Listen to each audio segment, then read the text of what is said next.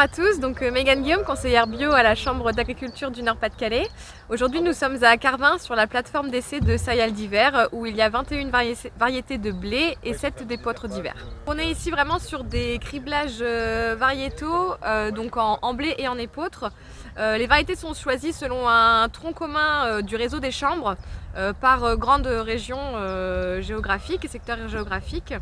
Donc en blé et en épeautre, l'objectif c'est vraiment de regarder les caractéristiques de chaque variété et leur comportement en agriculture biologique. Donc certaines variétés sont sélectionnées exprès pour l'agriculture biologique et d'autres variétés on les emprunte au conventionnel et on essaie de voir leur comportement pour l'agriculture biologique. On a semé fin novembre mais le semis a très vite été gorgé d'eau, donc on a connu une perte d'à peu près 20% à la levée sur les blés d'hiver.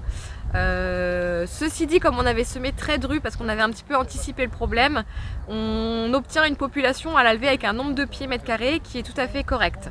Au printemps il a fait sec, on n'a pas eu d'eau, donc les parcelles étaient très reclaquées, donc très difficiles à désherber. Ça a été le cas pour beaucoup d'agriculteurs en bio. Les outils de désherbage mécanique n'ont pas fonctionné, les sols étaient trop durs.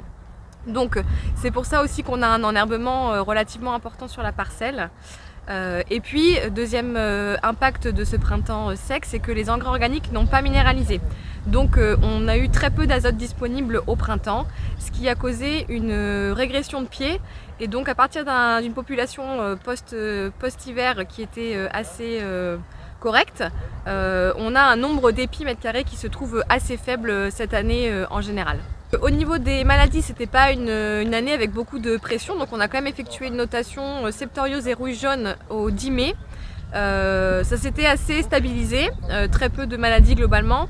Et là, les pluies du coup qui sont intervenues ces quelques derniers jours vont nous obliger à refaire une notation maladie pour notamment repérer les maladies de fin de cycle, donc en particulier la rouille brune dont on sait que certaines variétés sont assez sensibles. Après cette dernière notation de maladie, il va nous rester qu'à attendre la récolte. Chaque variété sera estimée donc pour son rendement, analysée pour sa protéine et l'essai fera l'objet d'un compte rendu d'essai régional avec donc les plateformes d'essai aussi de Picardie. Donc ces plateformes d'essai de criblage variétaux se font tous les ans, généralement à Carvin, donc n'hésitez pas à venir visiter la plateforme l'année prochaine. We'll be right back.